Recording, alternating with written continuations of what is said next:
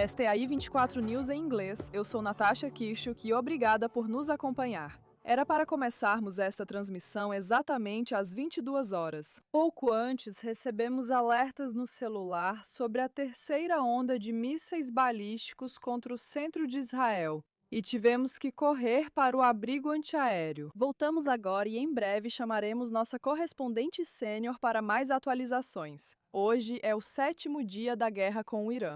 E agora a Casa Branca diz que os Estados Unidos esperam levar de 4 a 6 semanas para alcançar seus objetivos na Operação Fúria Épica contra o Irã. Esses objetivos agora foram definidos como destruir o programa de mísseis do Irã, destruir a marinha iraniana e garantir que o Irã nunca possa obter uma arma nuclear, junto com acabar com o apoio de Teherã a grupos armados na região. Isso ocorre após o presidente dos Estados Unidos, Donald Trump, adotar postura mais rígida. Ele diz que não haverá acordo com o Irã a menos que o país se renda incondicionalmente, e só depois da nomeação de um novo líder grandioso e aceitável. Ele está prometendo reconstruir o Irã em uma nação mais forte e próspera. Depois, cunhou a frase: "Faça o Irã grande novamente".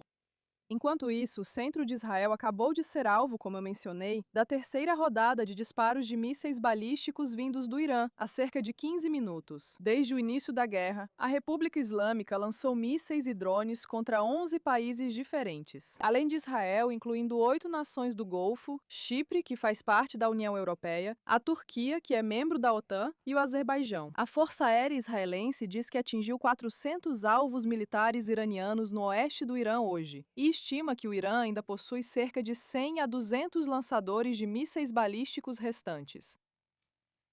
Enquanto isso, os Estados Unidos dizem que têm estoques de armas suficientes para atender às necessidades operacionais relacionadas ao conflito no Irã. Isso ocorre enquanto Donald Trump se prepara para se reunir com grandes contratantes de defesa na sexta-feira, junto com o secretário de Defesa Pete Hegseth. Há preocupações de que ataques intensos ao Irã já estejam esgotando os estoques dos Estados Unidos. Agora, da Casa Branca, estamos com o correspondente sênior dos Estados Unidos, Mike Wagenheim. Mike, conte as últimas declarações da Casa Branca sobre a guerra. Basicamente, que está indo muito bem, que sucessos estão sendo alcançados. Donald Trump e o governo estão ignorando as preocupações sobre o aumento dos preços do petróleo, ignorando as preocupações sobre a diminuição dos estoques que foram relatadas. E ignorando as preocupações de que a Rússia agora está se envolvendo em um esforço para ajudar o Irã. Caroline Leavitt, secretária de imprensa, afirmou que isso não influencia as operações militares no Irã, pois estamos os dizimando completamente. Então, quer dizer, isso é típico do governo Trump. Eles realmente não destacam nenhum tipo de notícia negativa ou ruim que possa estar surgindo. Nada surpreendente, você citou o prazo de 4 a 6 semanas. No começo da guerra, 1 ou 2 dias depois, o prazo era de 4 a 5 semanas. Isso significa que as coisas estão mais pessimistas? Não, pode ser só comunicação inteligente do governo. Ao encurtar esses prazos, as expectativas já são definidas. E se você não estiver atendendo às expectativas, então começa a aparecer algum tipo de fracasso ou falha. Então eles estão meio que estendendo esse prazo. Mas os objetivos continuam os mesmos. E Trump disse mais cedo hoje que ele vai participar da escolha de quem será o próximo a liderar o Irã. Sejam eles religiosos, não religiosos, venham eles do regime ou não venham do regime, ele diz. O que importa no final é que sejam amigáveis e úteis para os Estados Unidos e para Israel. Sabe, Mike, em relação à pressão sobre os estoques de armas dos Estados Unidos, temos visto esses relatos de que isso pode realmente ser um grande problema para os Estados Unidos. E, consequentemente, claro, para todas as nações árabes que têm sido alvo da República Iraniana e de Israel. Quão séria é essa pressão? O que podemos esperar dessa conversa entre Trump e os contratados de defesa hoje? Quer dizer, é definitivamente uma situação séria. Não é a primeira vez que esse problema específico recebe atenção. Porque Mas é uma daquelas coisas que, você sabe, com tudo acontecendo, você tem 20 mil problemas para lidar ao mesmo tempo. Você não está olhando para o próximo conflito prolongado que pode surgir. E isso acaba sendo deixado, não sei se de lado, mas pelo menos mais para baixo na lista de prioridades. Agora está exposto novamente, aqui. Não vai haver nenhuma grande produção de armas americanas que vá passar nem mesmo por um processo de aquisição e produção acelerado. Serem enviadas para o Golfo amanhã, na próxima semana ou mês, não vai acontecer. Às vezes, isso leva anos, mesmo quando acelerado. Mas isso, ao menos, permite às Forças Armadas dos Estados Unidos avaliarem a situação e verem como os aliados podem ajudar. Para pelo menos racionar o que precisam racionar e ter uma ideia melhor do que exatamente ainda resta no tanque, por assim dizer. Tudo bem? Aqui é Mike Wagenheim, correspondente sênior dos Estados Unidos, direto da Casa Branca. Agora vamos falar sobre novos números. Em relação aos mísseis balísticos que o Irã tem disparado contra Israel, aparentemente isso caiu drasticamente desde o início do conflito. No início da guerra, o Irã lançou cerca de 90 mísseis contra Israel e no dia seguinte cerca de 60. Mas nos dias seguintes, o ritmo diminuiu ainda mais, para cerca de 20 mísseis por dia disparados em salvas menores. Autoridades israelenses dizem que isso se deve, em grande parte, ao fato de sua campanha aérea estar mirando a infraestrutura de mísseis do Irã. Posso te dizer que na terceira rodada de disparos de mísseis balísticos que vimos hoje no centro de Israel, não houve feridos. Então, isso é uma boa notícia em relação à última rodada de ataques. Enquanto isso, a Itália diz que agora está preparando um navio da Marinha para navegar até Chipre, depois que a ilha europeia foi alvo de ataques iranianos esta semana. A embarcação será enviada como parte de uma missão coordenada que também envolve França, Espanha e Holanda. Isso, claro, depois que uma base da Força Aérea Real Britânica foi alvo em Chipre por um drone de fabricação iraniana. Agora, Dania Yalom, ex-embaixador de Israel nos Estados Unidos, se junta a nós. Temos visto ataques do Irã se espalharem pela região, de bases dos Estados Unidos no Golfo a ataques perto de Chipre, e até mesmo áreas residenciais, hotéis, aeroportos, o que você imaginar. O Irã parece estar esperando que isso provoque raiva contra os Estados Unidos e Israel, ou pelo menos coloque pressão sobre as capacidades de defesa americanas. Essa estratégia está funcionando? Eu não acho. Eles vão de erro de cálculo em erro de cálculo e vemos que não há resultado, muito pelo contrário. Eles provocam todos os países contra eles, estão até mesmo mirando em um país da União Europeia. Isso é uma mentalidade, Natasha, ou eu diria uma mentalidade de bunker, que lembra muito o bunker de Hitler, bem no final. Nos dias da Segunda Guerra Mundial, quando todos sabiam que ele e seus comparsas iam morrer ou serem capturados, e eles continuaram lutando até o último minuto, até realmente cometerem suicídio. E parece que essa é a mesma mentalidade do regime iraniano agora, e é apenas uma questão de resistência, enquanto pudermos continuar a campanha. E com os Estados Unidos, acredito que 2 a 3 semanas devem ser suficientes para realmente derrubar as capacidades. Ou para quase degradar totalmente as capacidades militares dos iranianos. E espero que até lá, ou alguém do regime, e acho que foi muito bom por parte dos Estados Unidos ligar, o próprio presidente Trump pediu que os oficiais do regime iraniano depusessem as armas, assumissem a responsabilidade e se livrassem dos líderes atuais. Assim, eles conseguem imunidade e salvam suas vidas. Acho que essa é uma das possibilidades que pode ser um resultado dessa campanha. Com países europeus preparando forças navais após o ataque a Chipre, veremos em breve maior envolvimento da Europa e da OTAN no conflito? Bem, não tenho certeza. Quero dizer, vimos que as nações europeias não estão muito dispostas a participar de diferentes campanhas. Vimos isso nas últimas campanhas, mas agora eles precisam, só para, eu diria, manter o próprio respeito, sem falar em dissuasão, eles deveriam fazer alguma coisa. Se isso seria eficaz ou não, eu não tenho certeza. Eles não têm as mesmas capacidades. E quem quer que faça isso, seja o Reino Unido ou a França, até chegarem à região, pode levar semanas para se reorganizarem. Então, eu acho que é mais mais no âmbito político que os iranianos estão cometendo um grande erro. E certamente eles não vão receber nenhuma simpatia, nem qualquer assistência diplomática dos países europeus, seja na ONU, no Conselho de Segurança ou algo do tipo. Certo, gostaria de agradecer muito por ter participado conosco, embaixadora. Foi muito interessante ouvir sua opinião sobre isso. Agora vamos falar sobre a situação interna do Irã. A República Islâmica demora para nomear o sucessor do falecido líder supremo Ayatollah Ali Khamenei.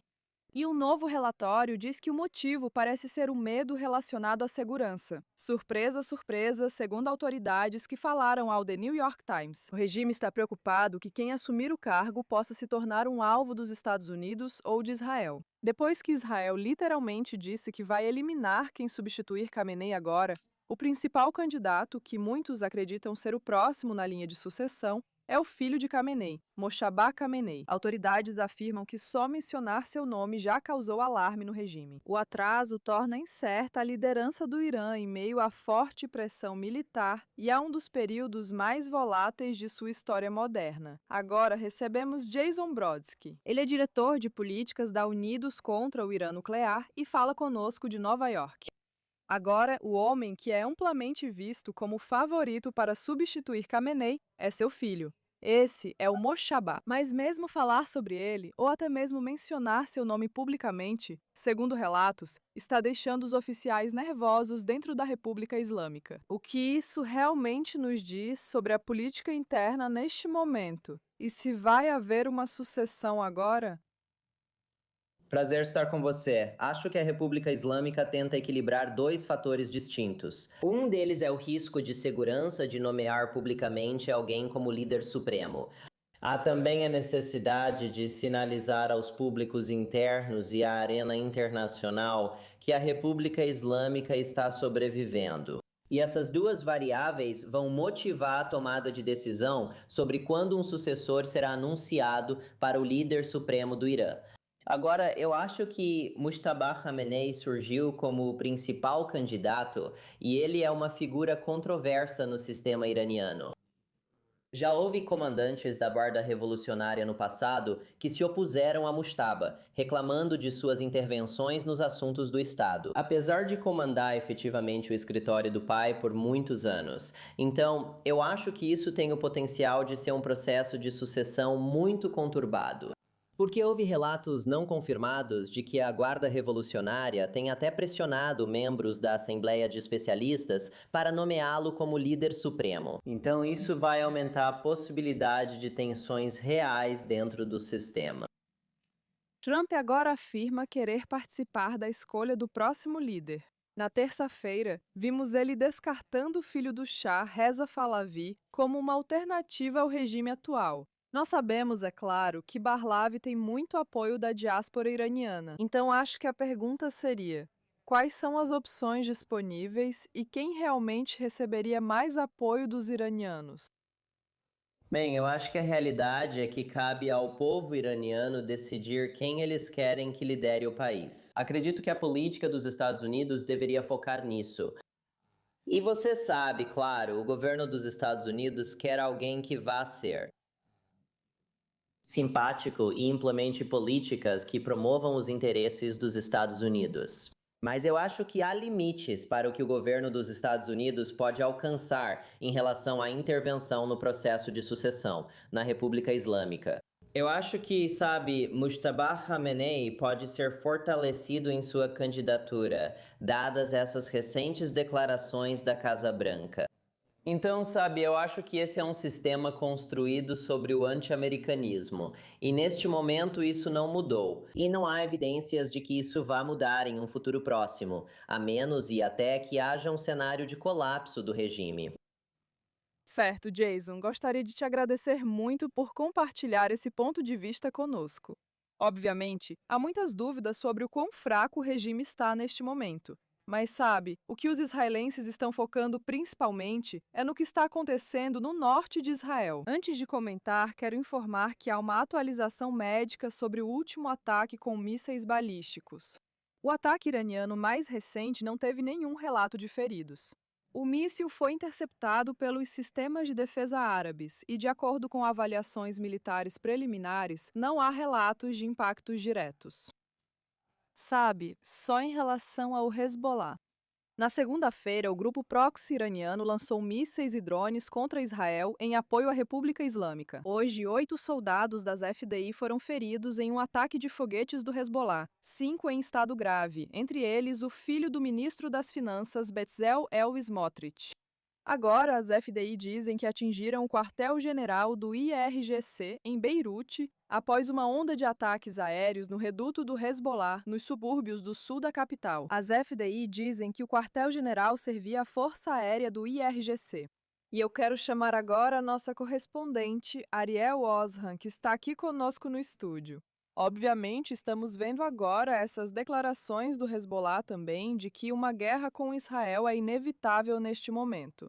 Mas é claro, isso vai diretamente contra o que está sendo dito pelos oficiais do governo libanês, que afirmam que não querem ser arrastados para outra guerra. Eles estão proibindo atividades militares do Hezbollah.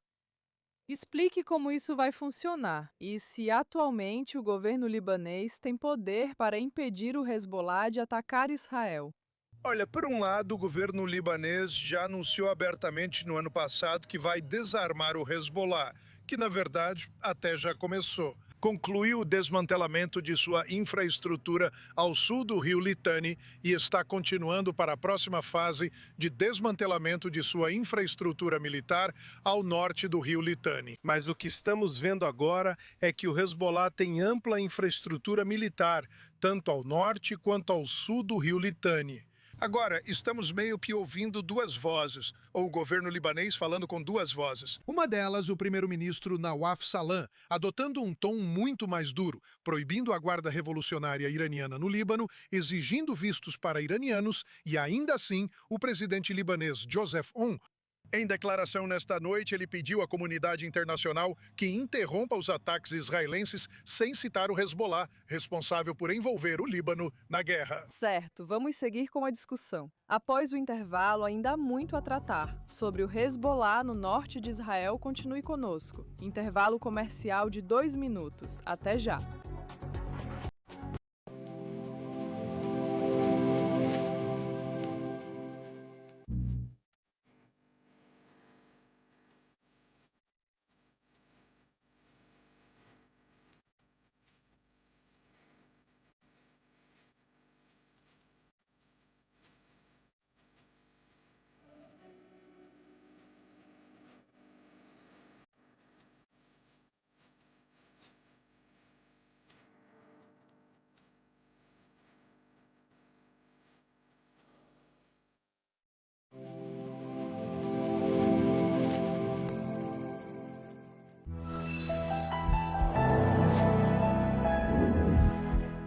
Há pouco tempo, as Forças Armadas dos Estados Unidos iniciaram grandes operações de combate no Irã.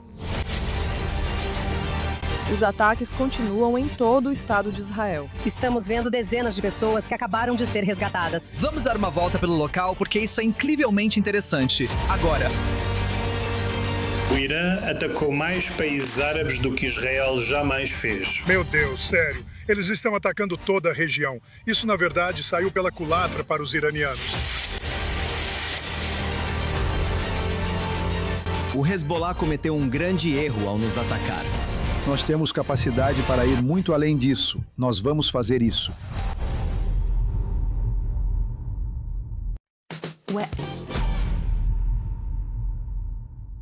Crescendo no Reino Unido, eu vi 7 homens atacarem brutalmente meu irmão mais velho. Foi tão brutal que ele acabou passando por 3 transplantes de fígado em uma única semana. Durante a segunda intifada, vi o público britânico se unir em torno da falsa alegação de que Israel não tinha absolutamente nenhum direito de se defender. Principais notícias, analistas, especialistas e os melhores jornalistas trazem para você vozes reais, diretamente do local. Estamos explicando tudo no nosso resumo. Fique por dentro dos fatos, mantenha-se informada e seja uma voz da razão para o Oriente Médio. 5.000 anos de história. E não importa quem tentou nos matar, nós sobrevivemos e prosperamos. Toda semana vamos trazer para você as últimas notícias judaicas do mundo inteiro. As boas, as ruins, as feias e as magníficas. Participe! Toda segunda do resumo semanal do mundo judaico.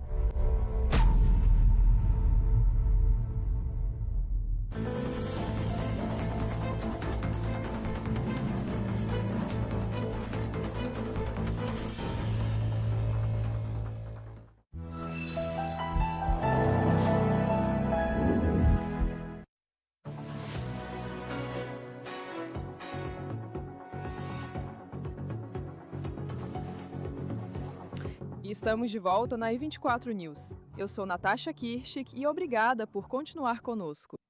Bem, isso acabou de sair agora. O Batalhão de Manutenção da Paz de Gana das Nações Unidas no Líbano disse que foi atingido por ataques de mísseis hoje, deixando 2 soldados gravemente feridos. Esta é uma declaração divulgada pelas Forças Armadas de Gana. Sabemos disso. O Líbano foi envolvido na guerra quando o Hezbollah começou a lançar foguetes contra Israel na noite de segunda-feira, no que eles dizem ser um ato de solidariedade com a República Islâmica do Irã. No momento, pelo que entendemos, não está claro quem realmente disparou esse míssil que feriu as Forças Armadas de Gana. Eles dizem que ainda não sabem quem é o responsável.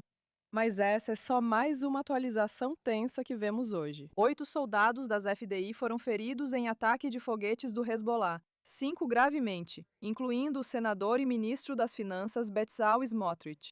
As FDI dizem que agora atingiram a sede da IRGC em Beirute, após uma onda de ataques aéreos no reduto do Hezbollah nos subúrbios do sul da capital.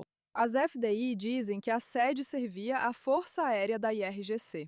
E agora, ao vivo do norte de Israel, está nossa correspondente Balir Sladin. Quais são as últimas informações? Essa notícia sobre Gana acabou de sair. Como isso pode mudar a situação local? Bem, esse é definitivamente um tema muito sensível, a questão da Força de Paz da ONU no Líbano. Como você disse, ainda não sabemos o que aconteceu nem quem é responsável pelo foguete disparado. Mas, afinal de contas, claro, por causa dos ataques do Hezbollah contra Israel, estamos nessa situação agora. As forças de defesa de Israel acabaram de emitir um comunicado sobre os alvos que eles atingiram nos últimos dias, desde que o Hezbollah começou a atacar Israel. E estamos falando aqui de cerca de 500 alvos no Líbano, desde o início desse confronto entre Israel e Hezbollah. As IDF estão dizendo que atingiram a sede usada pela Força Aérea da RGC, na verdade, no Líbano.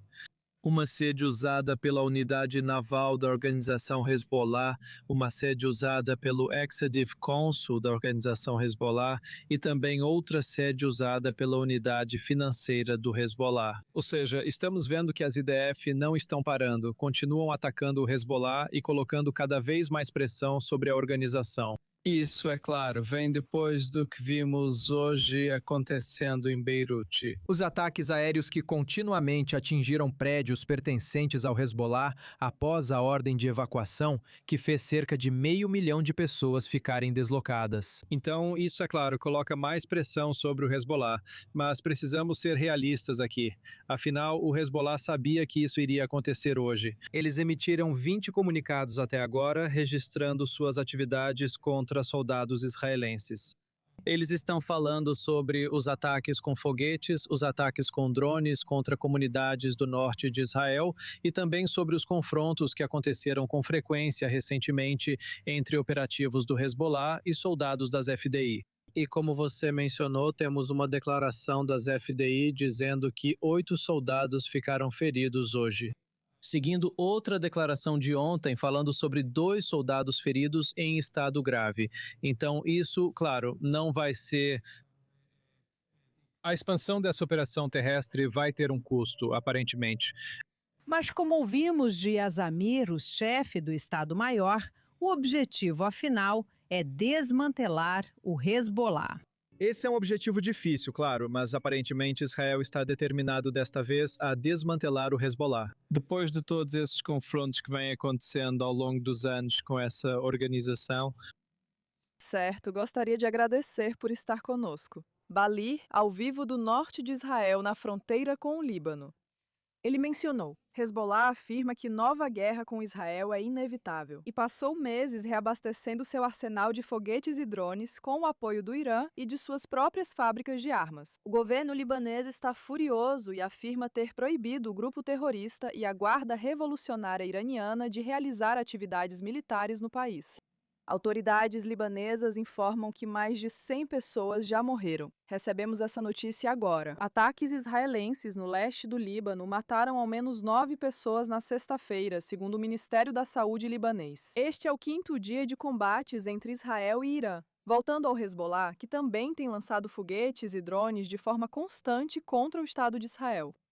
Vamos agora ao nosso próximo convidado, David Daoud, pesquisador sênior na Fundação para a Defesa das Democracias em Washington, D.C. Obviamente, essa declaração do Hezbollah afirmando ter reabastecido suas capacidades. Isso aconteceu durante um cessar-fogo com Israel ao longo do último ano.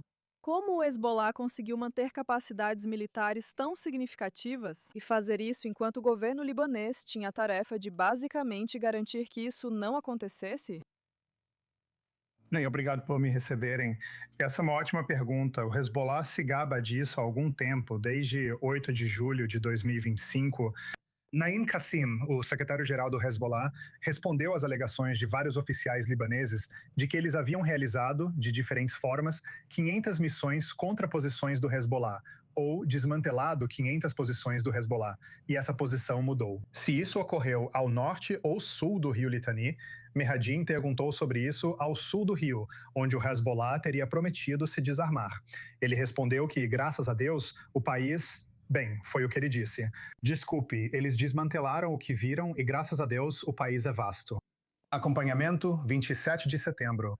Naim Qassim, então, diz que a regeneração do Hezbollah está bem encaminhada e que está até superando as operações israelenses no Líbano. Agora, você perguntou por que isso aconteceu. É porque o governo libanês, suas decisões de desarmar o Hezbollah, permaneceram apenas na retórica. O governo libanês continua limitado pelo medo de agir contra o Hezbollah, porque o Hezbollah mantém um enorme apoio xiita, pelo que podemos perceber, e isso levaria a uma guerra civil.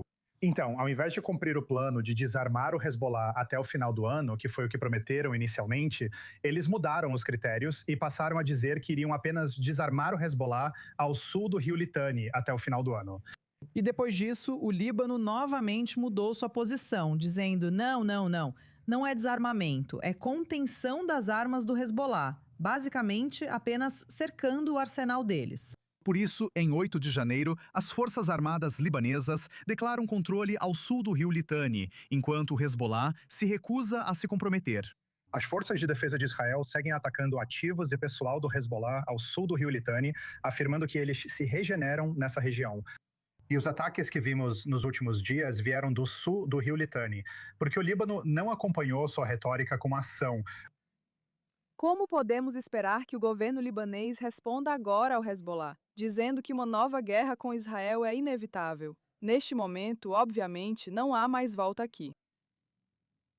Eles tomaram decisões inéditas em 2 de março, proibindo as atividades militares do Hezbollah e ordenando que as forças armadas libanesas o desarmassem. Eles continuam afirmando que o Hezbollah foi desarmado ao sul do rio Litani e ordenaram a detenção e deportação temporária de oficiais da Guarda Revolucionária Iraniana. O problema, porém, é novamente a falta de continuidade no que vimos desde então. O ministro da Justiça, Aidul Nassar, por exemplo, disse que o Hezbollah deve, e estou citando, deve tomar a iniciativa e entregar suas armas ao Estado libanês. O Hezbollah, inclusive Naim Qassim, deixou claro que não pretende entregar suas armas nem parar de lutar. E eles até disseram que o dever do governo libanês agora é fornecer apoio à resistência para continuar lutando contra Israel. Então, o Líbano tem uma janela de oportunidade muito curta enquanto o Hezbollah está envolvido na luta com Israel. Mobilizar as forças armadas libanesas proativamente para desarmar o Hezbollah, contê-lo e prender seus membros que descumprem a decisão do governo libanês. E se eles não aproveitarem essa oportunidade agora, então haverá consequências. Israel vai continuar lutando. Desculpe. O ministro da Defesa, Israel Katz, disse que Israel manterá uma presença permanente no Líbano por tempo indeterminado e o Hezbollah continuará explorando as condições que existiram entre novembro de 2024 e hoje para se regenerar. Então o Líbano precisa agir agora ou essa janela de oportunidade vai se fechar muito rapidamente. Tudo certo, David. Muito obrigada por estar aqui. Foi interessante ouvir sua análise. É o 7º dia da guerra com o Irã. Os Estados Unidos e Israel dizem que estão fazendo grandes progressos. Nossa apresentadora e correspondente do canal hebraico, Michal Rabinovich, entrevistou o ministro da Defesa de Israel, Israel Katz, sobre os objetivos e conquistas do país. Confira. Ministro da Defesa, Israel Katz, olá e obrigada por conversar conosco nesses dias de guerra. Shalom Raga, Simcha Rabba, Vedrachechem, Elat Tzibur. Azar Katz, no Shabat estamos encerrando uma semana do evento. O que você diz ao público em Israel hoje? Até quando precisarão enfrentar filas? As decisões tomadas e lideradas pelo primeiro-ministro no final do ano passado explicam o que está acontecendo. Após o sucesso em Tel Aviv ao frustrar o programa nuclear iraniano, tornou-se difícil lidar com a capacidade de mísseis. A percepção é que enquanto Khamenei liderar o Irã, ele tentará retomar esse caminho. A destruição de Israel. E por isso a decisão tomada no fórum mais restrito foi neutralizar Khamenei. Mas a avaliação era que isso aconteceria no meio do próximo ano. Foi um erro não neutralizá-lo imediatamente. Esse não era o objetivo. O objetivo era neutralizar o programa nuclear. E nós conseguimos isso. Erramos ao não definir isso como objetivo. Nada das circunstâncias. Do jeito que foi, os objetivos foram alcançados. Quando vimos as tentativas do Irã de voltar a enriquecer urânio... Mais uma vez... Tentar renovar o programa nuclear. Tentar renovar o programa de produção de mísseis. O entendimento que o primeiro-ministro colocou foi que é preciso frustrar os planos de Khamenei. Como ministro da Defesa, juntamente com as forças de defesa de Israel e responsáveis, começamos a lhes preparar para cumprir esse objetivo no meio do ano. E então começaram os distúrbios dentro do Irã. E isso mudou a situação em dois aspectos. Por um lado, parecia haver uma possibilidade de provocar uma mudança de regime no Irã, por causa de tudo isso, e pela vontade das pessoas.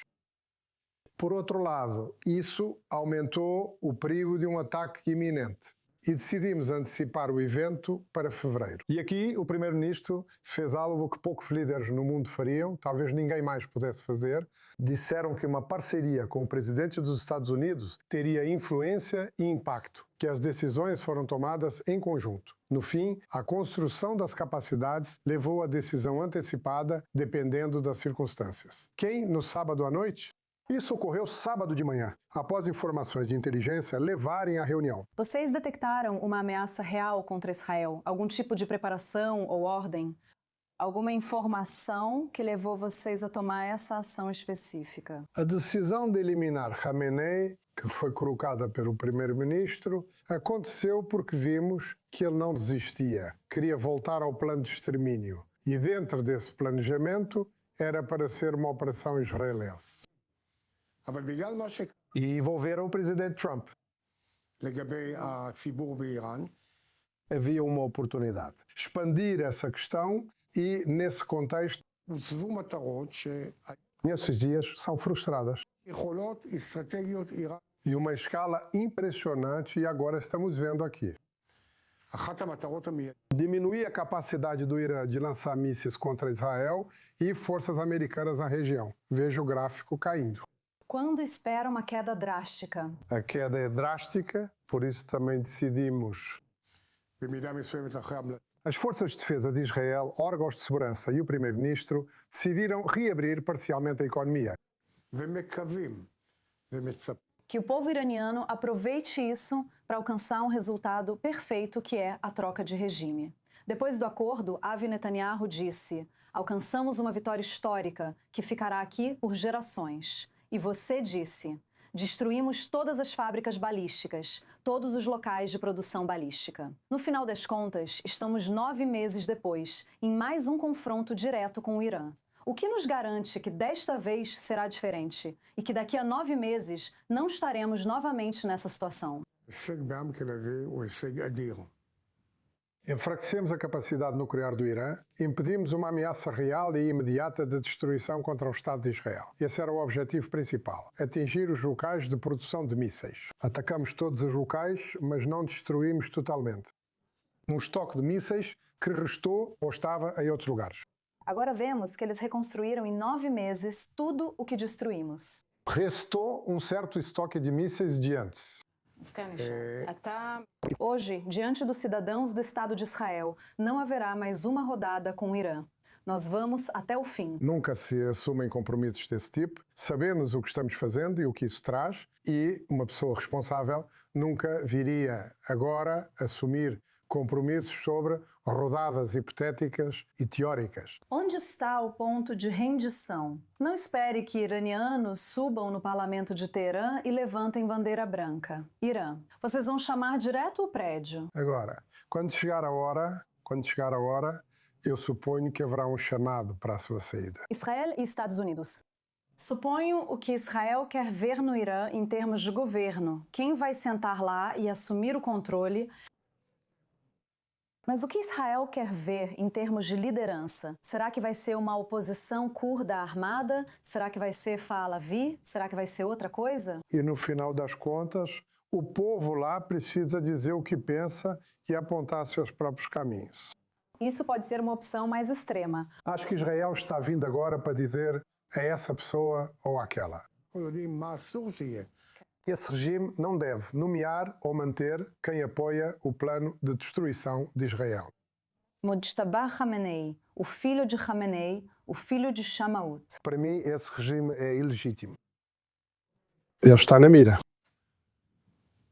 Um oficial de alto escalão do governo ou militar está na mira. Como é esse momento do assassinato de Khamenei? Você está no bunker com o primeiro-ministro e todos os oficiais de alto escalão. O que vocês veem nas telas nesses minutos? No momento do encerramento, já não estávamos mais tensos, sabíamos que a capacidade existia. A tensão era se isso seria confirmado 1 hora antes, meia hora antes, e então o ataque, principalmente ao alvo principal, poderia não acontecer. Havia 3 lá, 2 encontros e um líder. No complexo do líder havia uma reunião dos altos escalões e outra reunião de níveis intermediários muito importante. E o ataque precisava ser preciso. No final, quando começaram a confirmar os resultados, verificando e validando, vimos que o ataque foi perfeito e Khamenei em si foi eliminado. Isso não era algo científico, por isso levamos isso ao mais alto nível.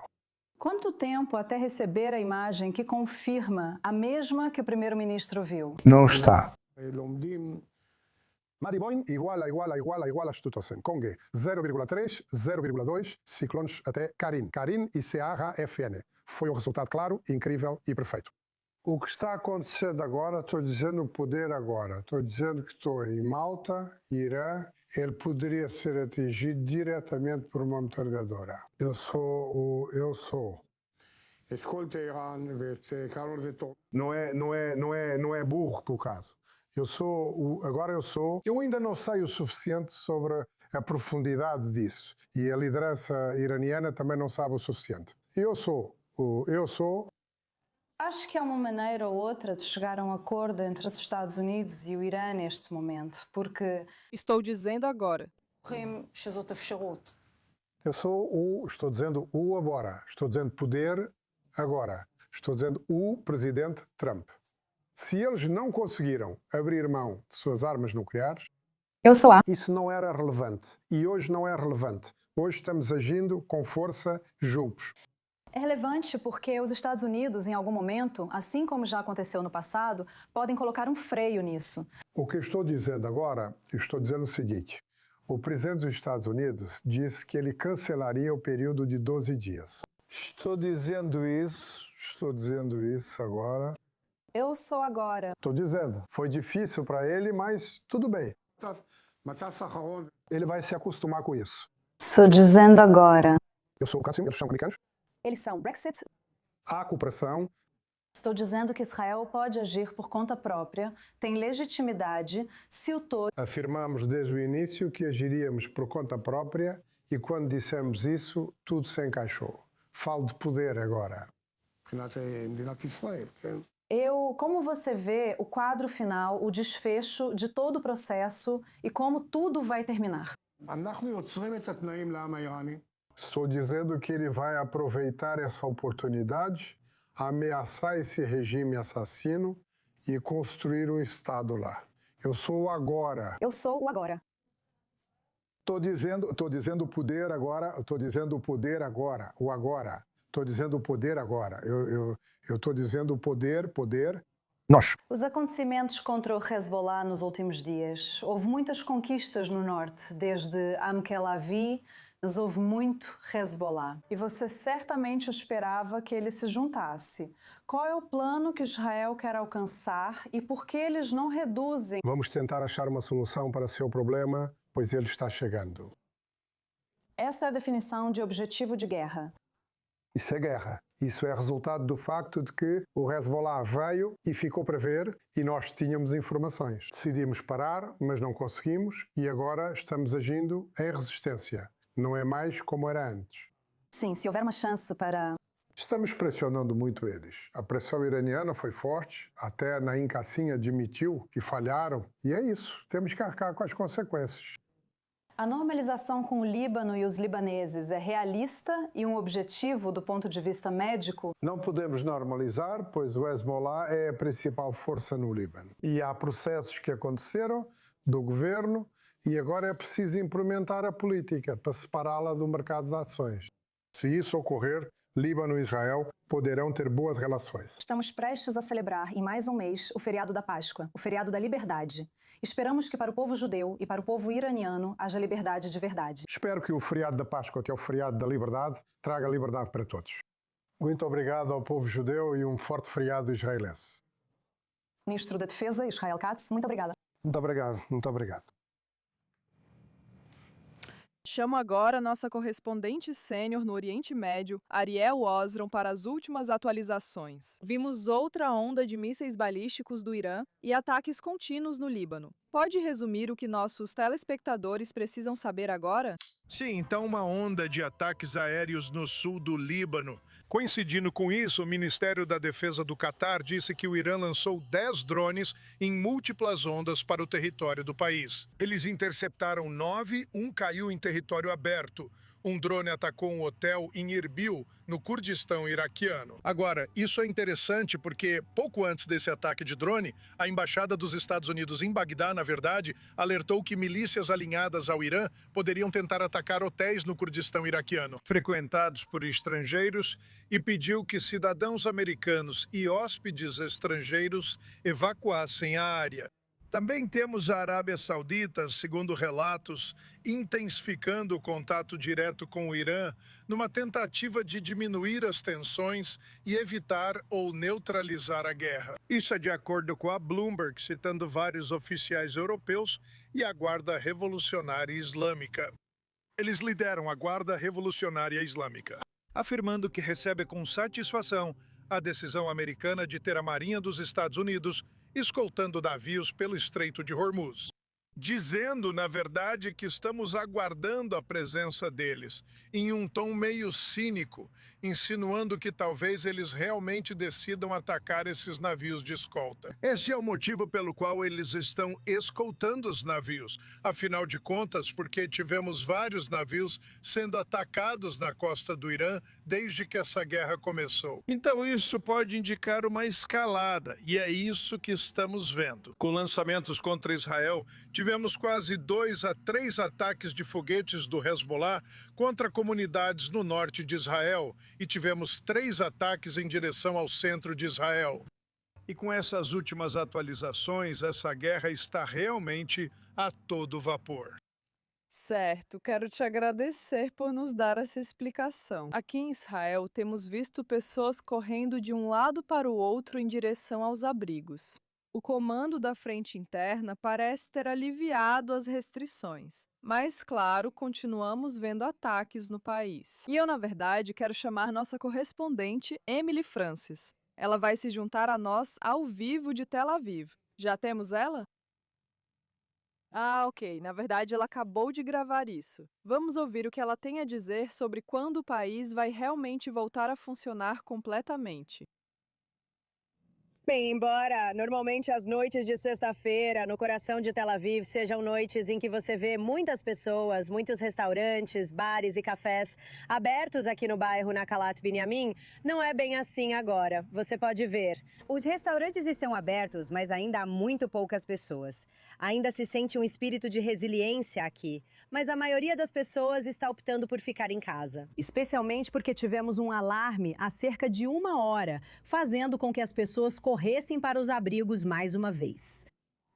Vimos tanta coisa nos últimos 5 dias para as famílias, não só as que vivem em Tel Aviv, mas em todo o país, tendo que lidar com vários alarmes. Muitos dos prédios têm abrigos, mas não possuem seus próprios quartos seguros. Então, subir e descer escadas nos últimos 5 dias tem sido desconcertante. Acho que essa é a palavra certa para descrever. Mas ainda assim, os israelenses e quem está aqui estão tentando tirar o melhor disso, continuando a viver a vida. Sair, tentar tomar um drink, comer um sushi e aproveitar o que temos enquanto entramos em mais um fim de semana com a guerra ainda acontecendo. Reportando de Tel Aviv, Emily Francis, volto com você no estúdio.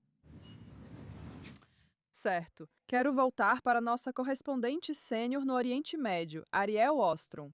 A Guarda Revolucionária Iraniana anunciou ter atacado uma base dos Estados Unidos nos Emirados Árabes Unidos, em resposta ao que dizem ter sido um ataque americano a uma escola de meninas em Minab. O que você pode nos contar sobre isso? Eles disseram que mais de 150 pessoas morreram. Nada disso foi verificado, principalmente devido ao apagão. Mas o que se sabe sobre esse ataque?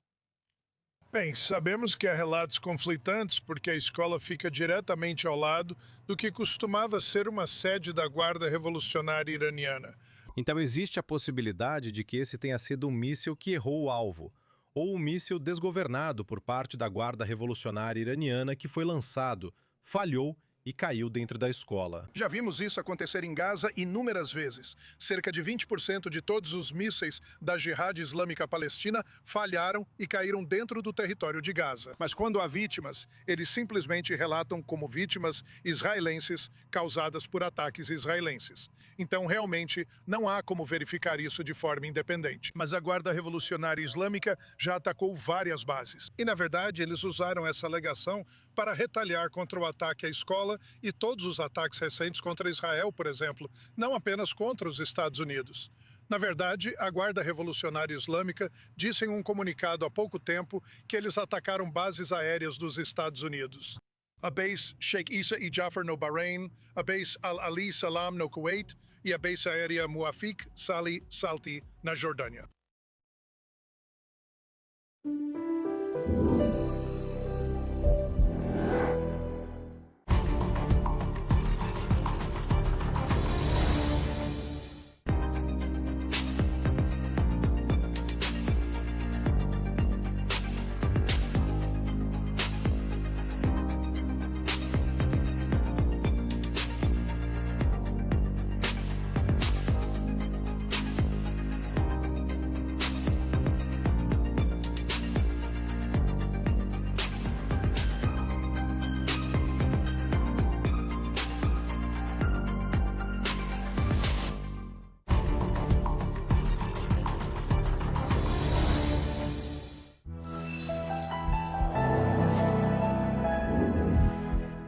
Há pouco tempo, as Forças Armadas dos Estados Unidos iniciaram grandes operações de combate no Irã. Ataques seguem em todo Israel. Várias pessoas foram recentemente resgatadas. Vamos dar uma volta pelo local, porque isso é incrivelmente interessante. Agora mesmo. O Irã atacou mais países árabes do que Israel jamais fez. Meu Deus, sério. Eles estão atacando toda a região e isso acabou saindo pela culatra para os iranianos. O Hezbollah cometeu um grande erro ao nos atacar. Nós temos capacidade para ir muito além disso. Nós vamos fazer isso. É Acesse nossos programas, reportagens, debates e análises de especialistas a qualquer hora e lugar, direto do seu celular. Todo o conteúdo do site da i24 News, os artigos mais recentes, entrevistas exclusivas, VOD e transmissões ao vivo estão agora a apenas um toque de distância no aplicativo da i24 News. Então, o que você está esperando? Baixe o aplicativo da i24 News hoje mesmo.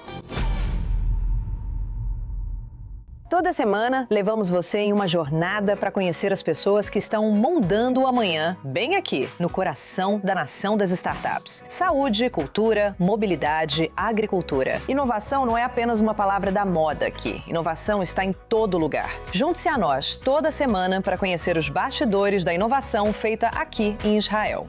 Toda terça-feira, ao meio-dia, na i24. Crescendo no Reino Unido, vi 7 homens atacarem brutalmente meu irmão mais velho. Foi tão brutal que ele acabou passando por 3 transplantes de fígado em uma única semana. Durante a segunda intifada, vi o público britânico se unir em torno da falsa alegação de que Israel não tinha absolutamente nenhum direito de se defender. E por anos, eu alertei sobre os tsunamis diplomáticos, políticos e acadêmicos que agora estão sobre nós. Hoje, quero falar diretamente com você para desafiar o consenso e analisar os eventos que estão moldando o nosso mundo. Sintonize no Opinionated toda quinta-feira na i24 News.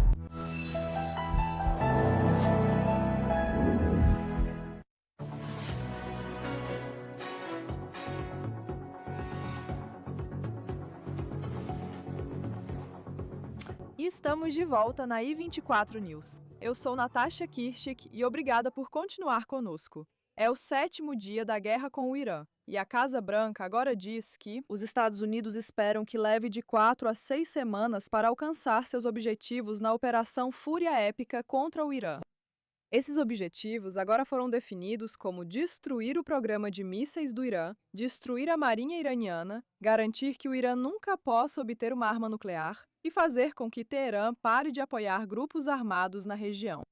Isso ocorre após o presidente dos Estados Unidos, Donald Trump, adotar postura rígida e afirmar que só haverá acordo com o Irã se houver rendição incondicional. E somente após a nomeação de um novo líder grandioso e aceitável, ele promete reconstruir o Irã para se tornar uma nação mais forte e próspera, cunhando a frase: "Faça o Irã grande novamente".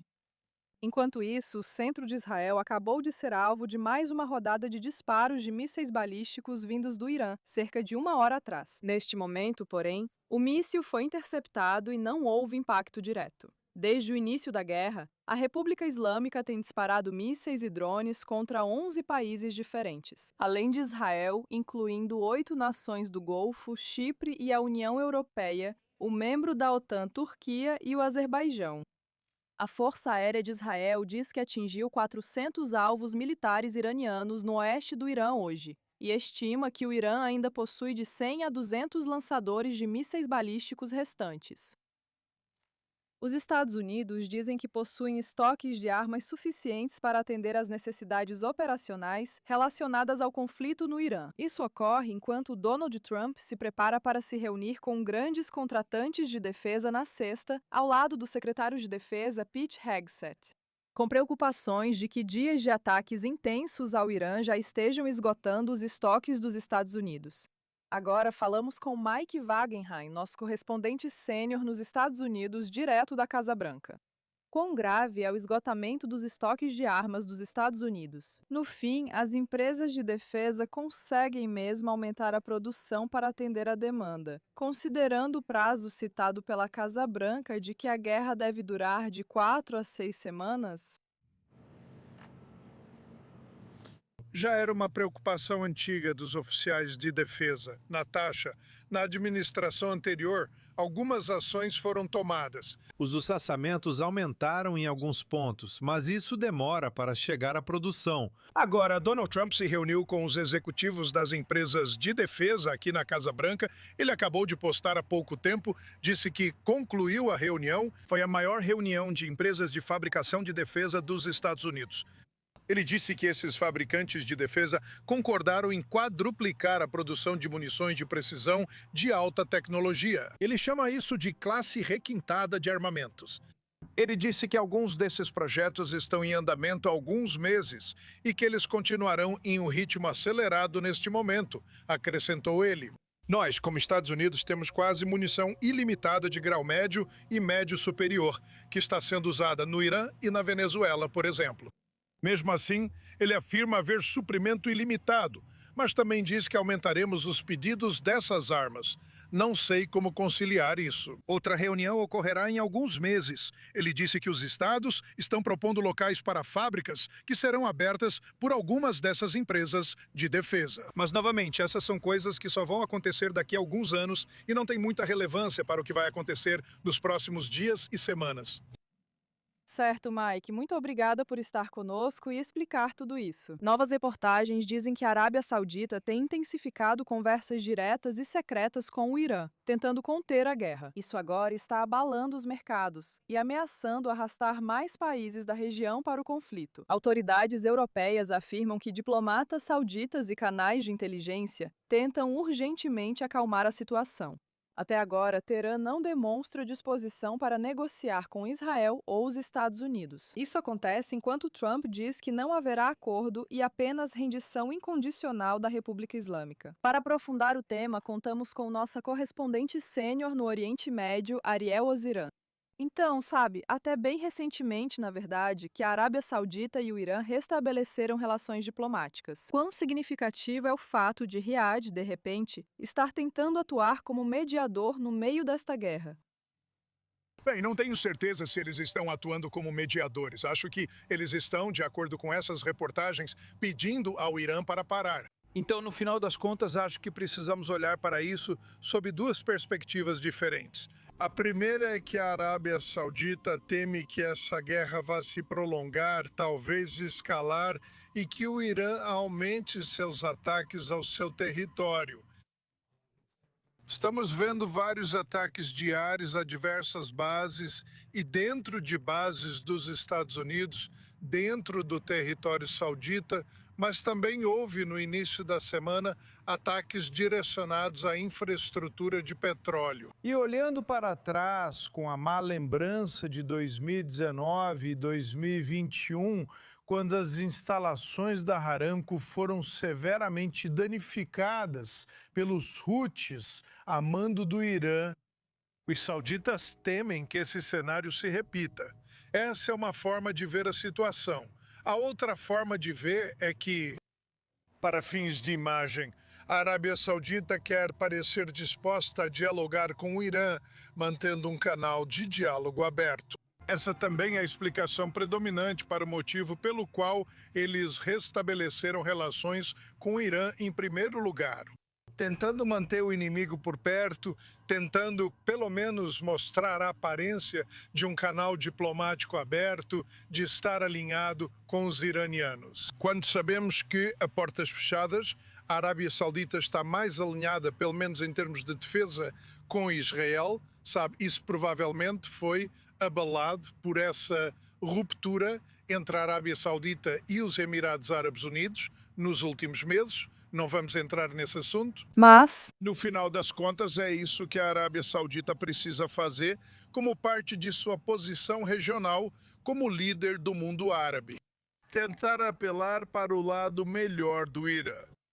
Dizer, vamos apenas conversar sobre isso e tentar diminuir a tensão, de acordo com essa reportagem da Bloomberg. Deve-se dizer que esses contatos diretos não chegaram aos níveis mais altos, então isso ainda está acontecendo por canais paralelos ou entre autoridades de nível intermediário. Mas no final das contas é do interesse da Arábia Saudita não ser atacada, independentemente de realmente buscar apaziguar os iranianos. Isso não é necessariamente o caso, sabe, nessa situação atual. Acho que ao usar o termo mediadora não fui precisa, pois a Arábia Saudita está sendo atacada. Se houvesse uma negociação positiva com a República Islâmica para a Arábia Saudita, isso poderia valer também para as outras 7 nações árabes do Golfo que sofrem ataques. Claro, sem contar Turquia, Azerbaijão e Chipre. Mas quero comentar o que o presidente Trump está dizendo, certo? É necessária a rendição incondicional da República Islâmica. Como você acha que ele vai perceber, na verdade agora, esses relatos de conversas secretas, obviamente, entre a Arábia Saudita, que é uma aliada dos Estados Unidos, e a República Islâmica? Eu não acho que ele dê muita atenção a esses relatos. Ele sabe o que realmente está acontecendo. Ele está em contato direto com a liderança saudita. Marco Rubio está em contato com seu homólogo saudita. Você tem laços muito próximos entre Riad e Washington, muito mais próximos do que entre Riad e Teherã, especialmente agora. E por isso tenho certeza de que há um nível muito alto de coordenação entre o governo Trump e o Reino da Arábia Saudita. Eu mesmo não acho que devemos dar muita importância a essas reportagens, e tenho certeza de que Trump também não. Só para encerrar o ponto sobre a posição árabe, vai haver uma reunião de emergência da Liga Árabe no domingo para discutir essas tensões regionais. Adivinha onde vai acontecer? No Cairo, um dos únicos países da região que não está sendo atacado agora pelo Irã. Vai saber? Eles podem tentar buscar esse 13º país para entrar no grupo, depois de expandir para o Azerbaijão e para a Turquia, Chipre, países que não têm nada a ver com essa situação atual. Acho que seria uma reunião interessante para ver o que sai disso. O Irã não vai estar lá, então...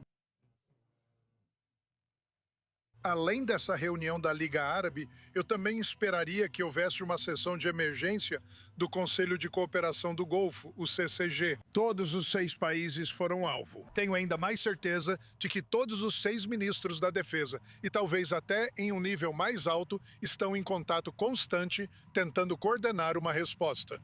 E agora vemos uma resposta coordenada dos países do Golfo, que é nenhuma. Eles dizem que mantêm seu direito à autodefesa, mas não estamos vendo eles exercerem esse direito, certo? Por quê? Além disso, o que eu entendo dos países do Golfo é que simplesmente eles não querem parecer que estão lutando ao lado de Israel nesta guerra contra o Irã. E enquanto isso, eles continuam vulneráveis a ataques do Irã. E eles não retaliam por medo da imagem, mesmo que isso prejudique seus próprios interesses de segurança nacional. Certo, agora vamos chamar nossa próxima convidada. A República Islâmica está demorando quanto quer para nomear a sucessora do falecido líder supremo Ayatollah Ali Khamenei. Um novo relatório aponta que o motivo parece ser o medo quanto à segurança, algo que não surpreende autoridades ouvidas pelo The New York Times. O regime está preocupado que quem assumir o cargo possa se tornar alvo dos Estados Unidos ou de Israel. Depois que Israel literalmente disse que vai eliminar quem substituir Khamenei, acredita-se amplamente que o favorito seja o filho de Khamenei, Mojtaba Khamenei. Mas autoridades dizem que até mesmo discutir seu nome publicamente já causou alarme dentro do regime. O adiamento deixa a estrutura de liderança do Irã incerta em um momento em que o país já está sob intensa pressão militar e enfrenta um dos períodos mais voláteis de sua história moderna. E agora, para falar mais sobre isso, está conosco Mariam Mimar Sadeghi. Ela é fundadora e diretora do Fórum CIRIS e pesquisadora sênior no Instituto McDonald Lawyer. Agora, sabe, eu realmente quero falar mais sobre a ideia de mudança de regime neste momento no Irã. Obviamente, há muitas pessoas que são contra a decisão americana e a decisão israelense de lançar esses ataques ao Irã. Dizem que não há um histórico de sucesso em mudanças de regime provocadas por ataques americanos. E estão usando, obviamente, o Iraque como exemplo disso. Como você responde a esse argumento? Prazer estar com você, mesmo sem chegar à mudança de regime. É importante reconhecer quantos interesses estratégicos dos Estados Unidos e de Israel, e na verdade de qualquer ator estatal razoável no cenário mundial, já foram alcançados por meio dessa campanha de bombardeios. É difícil imaginar como a oposição à República Islâmica, que na verdade é quase toda a população do Irã, é difícil imaginar como eles poderiam ter recebido mais assistência do que através desse ataque. Quero dizer, a liderança está quase totalmente decapitada, Seu aparato repressivo foi alvo, pode ser alvo ainda mais. Mas sua capacidade de projetar poder na região contra os Estados Unidos e Israel, aliados dos Estados Unidos na região, está severamente degradada. Então, este não é o mesmo regime que era há apenas uma semana. Então, tudo isso é positivo em termos de poder afetar uma mudança de regime. No entanto, se a campanha de bombardeios parar agora, se ela parar antes de realmente remover cirurgicamente todo o regime, sabe, é como um câncer.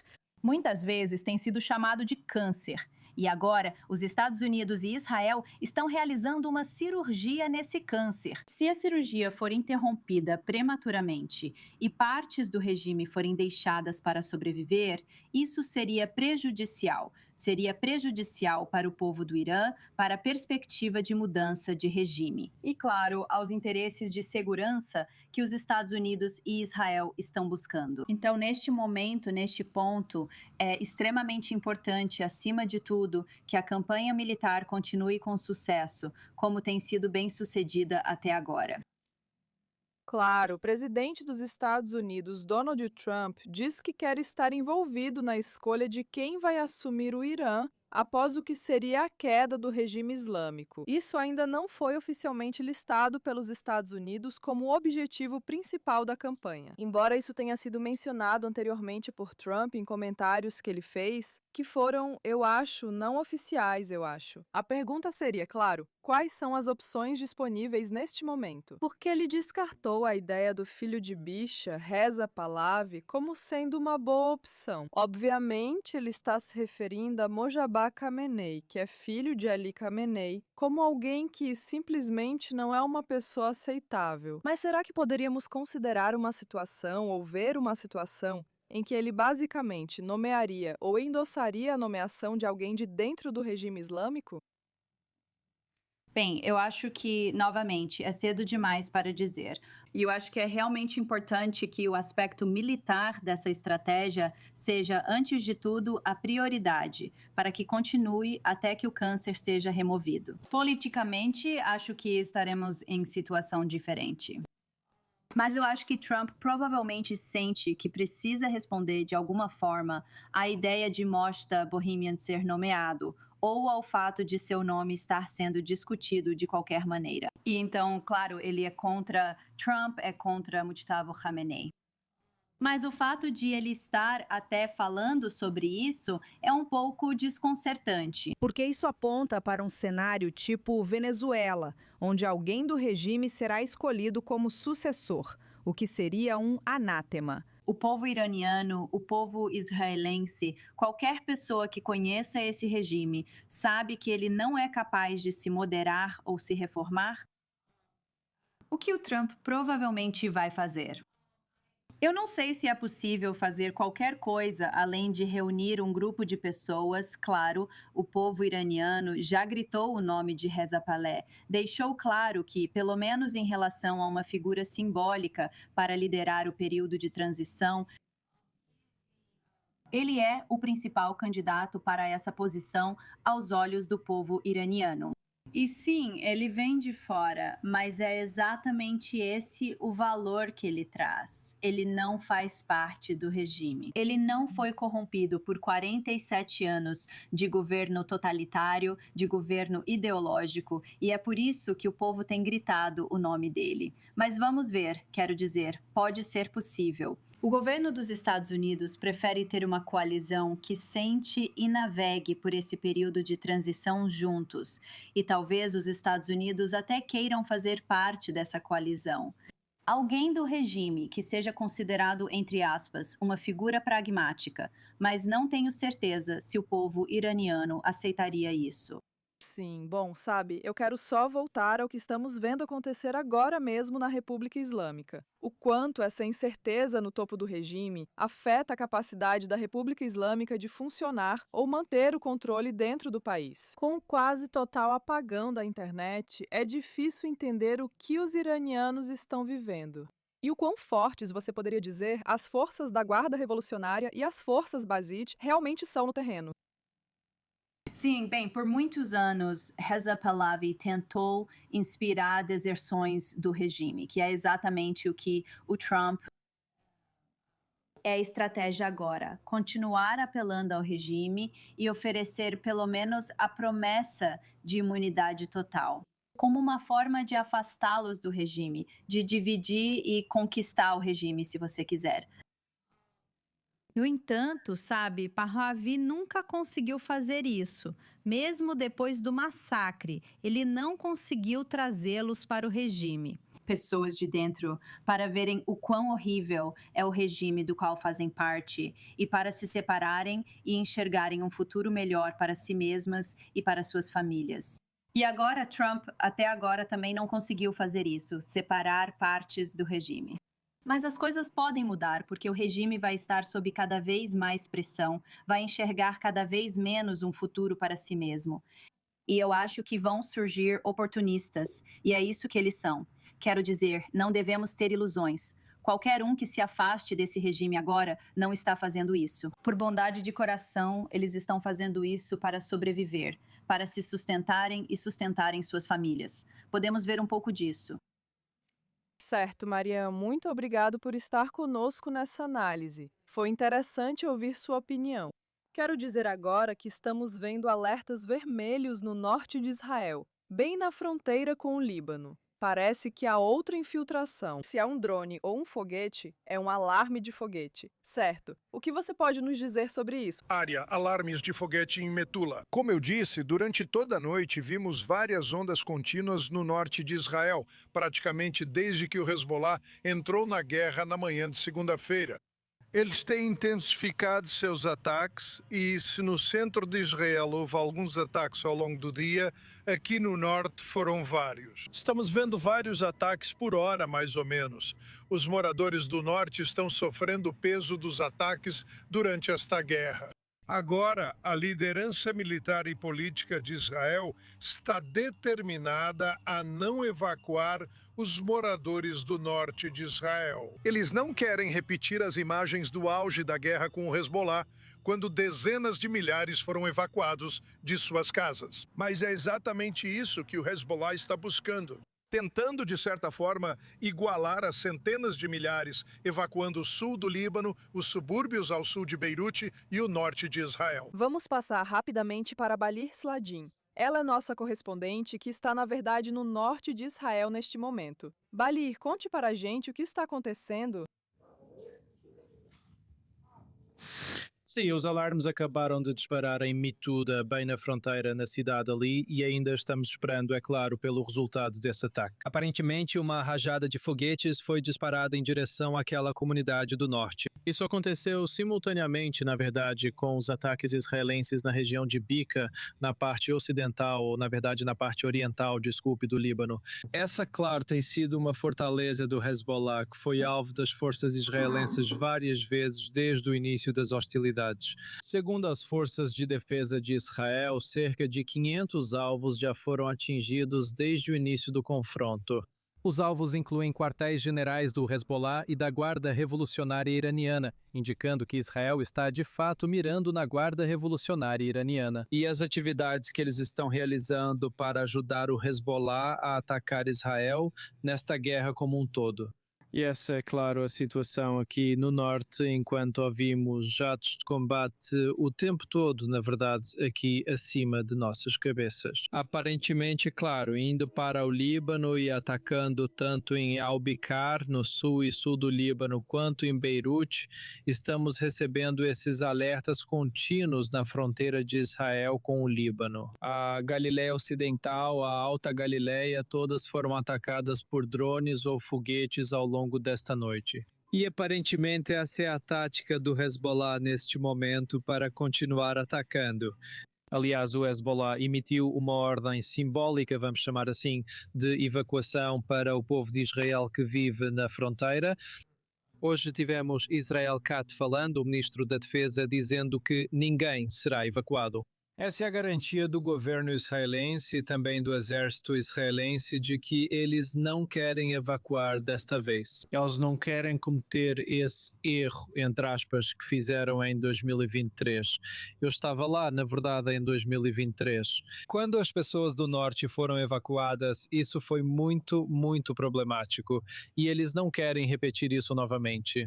Então, atualmente, a tática ou a estratégia de Israel é expandir a operação terrestre e capturar cada vez mais território. Estávamos falando sobre 5 durante o cessar-fogo de Kurukwa, que foi entre Israel e Hezbollah. Agora estamos falando sobre 10 pontos ou 10 lados que Israel controla. E claro, a operação terrestre continua com cada vez mais confrontos com os operativos do Hezbollah. Isso tem um custo, obviamente. Já tivemos muitas declarações da Força Aérea de Israel até agora, falando sobre soldados que ficaram gravemente feridos ou levemente feridos. Mas esse é o objetivo agora, realmente desmantelar o Hezbollah de uma vez por todas. Aparentemente, o lado israelense quer considerar isso como a batalha final, entre aspas. Eles querem que o Hezbollah desapareça do Líbano. Por isso, vemos a pressão crescer sobre os redutos do Hezbollah em Beirute, Bica e no sul do Líbano. Certo, essa foi nossa repórter Balir Sladim falando ao vivo do norte de Israel, acompanhando a última sequência de alertas de foguetes vindos do Líbano.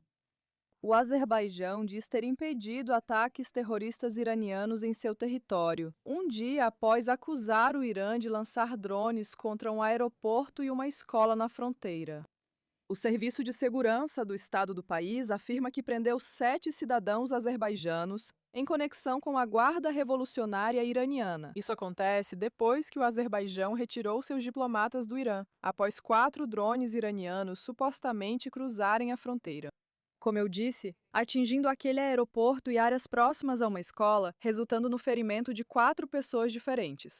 Baku agora evacua funcionários de sua embaixada em Teherã e consulado em Tabriz. Autoridades alertam que pode haver retaliação contra Teherã. O Irã, por sua vez, não confirmou o ataque e está até negando. Chamo agora a nossa correspondente sênior no Oriente Médio, Ariel Ozhan, que acompanha essa história. O Azerbaijão está acusando o Irã de enviar esses drones pela fronteira e agora de ter frustrado esse ataque terrorista planejado. O que você pode nos dizer sobre por que o Azerbaijão seria um alvo para o Irã? Bem, durante a Guerra de 12 Dias, em junho, o Irã acusou o Azerbaijão de permitir que Israel usasse seu espaço aéreo para realizar ataques contra a República Islâmica.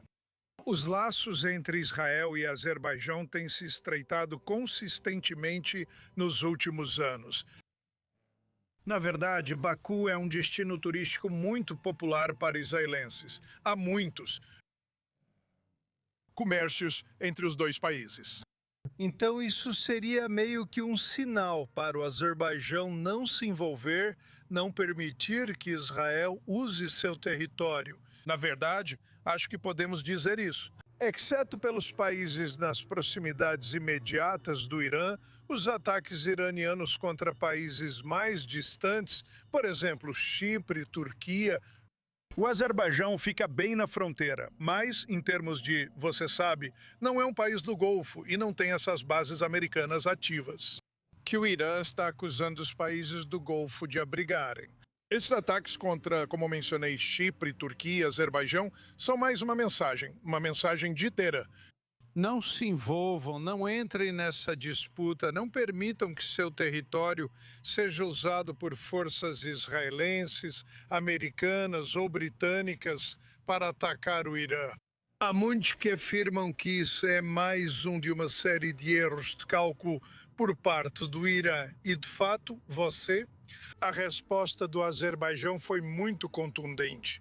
Não apenas retirando todo o pessoal diplomático do país, mas também colocando suas forças armadas em alerta máximo, dizendo que não apenas reservam o direito de responder, mas que vão responder. Pode-se dizer que essa é uma das respostas mais fortes que vimos dos países que o Irã tem como alvo. Na verdade, quero falar sobre a Turquia por um instante também. Obviamente, sabemos que a Turquia, que é membro da OTAN, viu um drone ser abatido pela OTAN que havia sido lançado pela República Islâmica. Um míssil, sim, um míssil. Desculpe, isso foi há apenas alguns dias. E você sabe, obviamente, ao mesmo tempo estamos vendo esses relatos de que os Estados Unidos estão armando e incentivando milícias curdas a atacar as forças da Guarda Revolucionária no solo do Irã. Isso definitivamente não é do interesse deles. Pode-se dizer. Um problema para a Turquia, que há muito tempo luta contra milícias curdas no solo, tem uma grande questão com a ideia de um Estado autônomo curdo.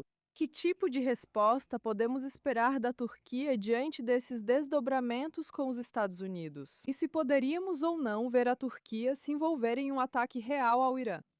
Olha, alguns meses atrás, ou acho que foi há 4 ou 5 meses, você teve o Director-Geral do Ministério da Defesa da Turquia visitando o Irã. E ele disse que a segurança do Irã é a segurança da Turquia, basicamente tentando destacar os laços estreitos entre os dois países. Então todos ficaram surpresos. Quando o Irã lançou um míssil balístico contra o território turco, ele foi interceptado. Não houve relatos de feridos. Mas a única explicação que me vem à mente, a única explicação razoável quando você está lidando com um regime terrorista genocida como a República Islâmica do Irã, é essa. É assim que eles enviam suas mensagens. E se é uma mensagem para a Turquia, como se batessem à porta deles e dissessem: "Ei, Turquia, esse conflito que está acontecendo da nossa porta também diz respeito a vocês." Porquê? Porque se os curdos se envolverem e forem fortalecidos pelos Estados Unidos, armados pelos Estados Unidos e receberem garantias dos Estados Unidos, isso pode levar a algum tipo de autonomia, seja apenas autonomia curda no Irã. O objetivo final dos 60 milhões de curdos nas 4 regiões da Síria, Turquia, Iraque e Irã, de formar o Kurdistão unificado. E isso impactaria severamente a Turquia. Então, não há melhor explicação além de completa loucura e pensamento irracional. Mas vamos deixar isso de lado por enquanto, porque essa é a explicação mais fácil. Você sabe, a navalha de Ockham, a mais clara, a explicação mais fácil é a correta. Eu não acho que seja esse o caso agora, eu acho, com relação a esse lançamento de míssil balístico na Turquia, é um sinal para pressioná-los a não permitir essa ofensiva curda em seu território. Porque qualquer conquista que os curdos iranianos possam alcançar em solo iraniano pode se espalhar para a região maior do Kurdistão. E isso impactaria severamente os interesses de segurança nacional da Turquia. Certo. Agora, sobre os interesses de segurança nacional da Turquia, vamos abordar os curdos. Há cerca de 1 hora, um drone iraniano suspeito atingiu um prédio de vários andares no projeto residencial Sky Tower de Erbil, na região do Kurdistão iraquiano. Isso acontece depois que os Estados Unidos alertaram que combatentes apoiados pelo Irã podem atacar hotéis no Kurdistão iraquiano frequentados por estrangeiros, enquanto Washington volta a pedir que os americanos saiam agora. As tensões crescem no norte do Iraque, com o Irã e aliados iraquianos intensificando ataques de drones no Kurdistão. Nas últimas 24 horas, vários ataques atingiram bases dos Estados Unidos e outros locais, causando feridos e danos. O Irã também emitiu um aviso severo. Se as forças curdas iranianas tentarem entrar em território iraquiano, seus alvos na região enfrentarão retaliação. Isso ocorre enquanto grupos curdos iranianos já teriam entrado no Irã vindos do Iraque para atacar as forças da Guarda Revolucionária. Em coordenação com o Exército dos Estados Unidos e a CIA, o presidente dos Estados Unidos, Donald Trump, está incentivando o envolvimento de milícias curdas para ajudar os iranianos comuns a derrubar a República Islâmica internamente. E agora está conosco Arya Gimo, uma ativista humanitária curda em Paris. Antes de tudo, o que sabemos sobre os danos que a República Islâmica e seus aliados iraquianos causaram às forças curdas? Como esses ataques de drones estão realmente afetando a segurança dos civis curdos e também das forças dos Estados Unidos que estão no local? Bem, a questão é que, infelizmente, os curdos estão acostumados a conflitos há mais de 100 anos devido à ocupação de diferentes estados que foi imposta aos curdos. E agora esses ataques têm aumentado no Kurdistão iraquiano, ou Kurdistão do Sul, e também no Kurdistão Oriental, de fato, no Kurdistão do Sul, ou seja, o iraquiano. Há mais ataques com drones e mísseis balísticos e não só contra alvos americanos. Na verdade, outras regiões do Kurdistão também foram atingidas, assim como civis, infraestrutura civil, e agora estamos vendo hotéis também sendo alvo.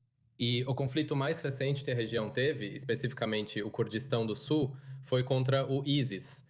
O ISIS tinha uma linha de frente clara. A população civil, sabia onde se abrigar, sabia de onde não se aproximar.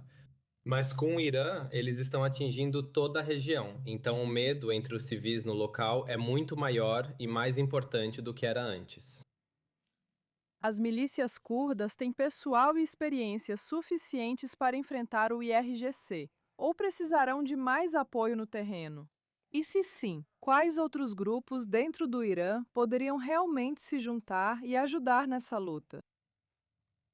Bem, temos que saber que, como eu disse, os curdos estão em conflitos há mais de um século. Então eles se acostumaram a se estruturar politicamente e também em forças armadas. Muitas vezes, os curdos são descritos de forma errada. Não são milícias contratadas para guerras alheias, mas pessoas que querem defender suas terras, seu povo e direitos. E não podemos reduzi-los a uma questão tática. Vamos usá-los para derrubar o regime iraniano? Primeiro, não é tão simples assim. E segundo, isso não está no interesse dos curdos. Os curdos, eles vão lutar pelo seu futuro, não pela agenda de outra pessoa. Eles não escolheram essa guerra. Se houver uma oportunidade para os curdos se protegerem depois de décadas de opressão sob o regime atual do Irã, é claro que eles aproveitariam essa oportunidade para se proteger. Eles têm sido alvo há décadas e os ataques aumentaram recentemente. Então os curdos, as forças políticas dos curdos no Irã estão tentando formar uma coalizão global, incluindo outras forças políticas de oposição iranianas, para realmente derrubar, negociar, trabalhar ou formar uma aliança comum. Mas os outros partidos políticos no Irã, exceto os curdos, não têm outras forças armadas. Quais garantias os curdos receberam dos Estados Unidos ou que tipo de garantias eles estão pedindo em troca de enfrentar o IRGC? Especialmente considerando o que aconteceu na Síria, onde vimos que os Estados Unidos efetivamente abandonaram os curdos e as FDS por causa dos laços próximos de Trump com Al-Sharaa, o que deixou os curdos em risco de massacre. Após lutarem contra o ISIS pelo Ocidente por mais de 10 anos, Com certeza, não é só sobre os curdos na Síria antes, houve também os do Iraque.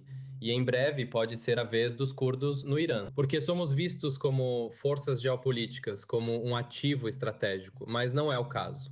O que os curdos estão pedindo são garantias escritas a longo prazo, não apenas uma estratégia que pode mudar de um dia para o outro contra eles mesmos. Quero dizer, não podemos pedir que as pessoas se sacrifiquem apenas com base em ligações telefônicas. É preciso garantias adequadas.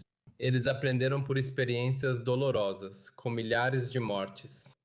E no fim das contas, existe uma questão fundamental de decência na política internacional. Em algum momento, se você pede para as pessoas se sacrificarem e está pronto para abandoná-las na primeira oportunidade, isso não funciona. Então, os curdos estão pedindo algo muito simples: respeito, honestidade e compromisso de longo prazo de seus parceiros e aliados. quero falar sobre o público iraniano em geral. O público iraniano em geral apoia as milícias curdas atacando a República Islâmica? Como isso está sendo percebido, especialmente entre aqueles que apoiam Reza Pahlavi, o filho do Shah? Sim, então, Rezan Pahlavi, antes de tudo, ele é apenas, me desculpe dizer isso, mas ele é apenas um fantoche. É apoiado por muitos nacionalistas, então infelizmente com os nacionalistas, mas não todos eles. Mas muitos deles são completamente contra a identidade dos curdos ou a autodeterminação dos curdos, mesmo que seja respeitando a soberania do Irã, o território e assim por diante, não importa.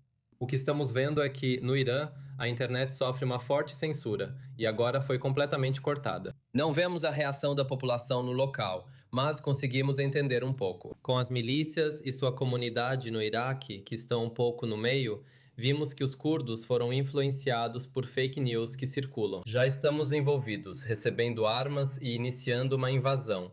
Então, vemos esses sinais na região. Mas na diáspora, que em sua maioria apoia o governo, há um sentimento forte contra os curdos. E ainda pior do que isso, infelizmente, vimos um grande aumento do racismo e do fascismo contra os curdos, que até agora não fizeram nada. Até agora, eles não fizeram nada. Eles estão apenas sendo atingidos por drones iranianos, mísseis iranianos, e não pediram nada. Então, Certo, bem, gostaria de te agradecer muito por estar conosco, Ária. Muito interessante ouvir sua opinião sobre isso. Vamos voltar para as notícias locais agora. Israel está aumentando a segurança ao redor do mundo enquanto a guerra com o Irã continua. Schimbeck e o Ministério das Relações Exteriores informaram o aumento da prontidão operacional em embaixadas, consulados e locais-chave de Israel no mundo. Isso resultará em respostas de emergência mais rápidas, melhores planos de evacuação e maior coordenação com as forças de segurança locais, especialmente em todo o Oriente Médio, Europa e África. Autoridades afirmam que há ações ostensivas e encobertas para proteger diplomatas, delegações, alvos da aviação e locais frequentados por israelenses no exterior. Passo agora para a nossa correspondente no Oriente Médio, Ariel Osham, para mais informações. Quão graves são as ameaças aos alvos israelenses no exterior, sejam eles claramente diplomatas ou civis? Sabemos que existem células adormecidas iranianas espalhadas pelo mundo, inclusive pela Europa. Vimos recentemente um ataque sendo frustrado no Reino Unido. Fale para nós sobre a dimensão desse problema. Houve um ataque frustrado no Reino Unido e no Azerbaijão. A Guarda Revolucionária Iraniana planejou atacar a comunidade judaica lá, a Embaixada de Israel lá e a Embaixada de Israel nos Emirados Árabes Unidos também estava sob ameaça. E isso só nesta semana. Então estamos vendo um esforço concentrado por parte da República Islâmica para buscar conquistas onde ela falha em outras áreas. Ela não pode, assim como não pode retaliar diretamente contra os Estados Unidos lançando mísseis ou aviões de combate contra os Estados Unidos, porque simplesmente não tem essas capacidades. Então ela busca o assimétrico. Método. Isso significa atacar bases americanas na região. E aqui é a mesma coisa. O Irã sabe que não pode causar nem remotamente o mesmo tipo de dano a Israel que Israel está causando a ele. Isso acontece a cada hora. E basicamente é isso que a República Islâmica vem tentando fazer há anos. Ela tem unidades especiais cujo único propósito é esse: tentar identificar e desenvolver alvos judaico-israelenses no exterior e realizar ataques contra eles.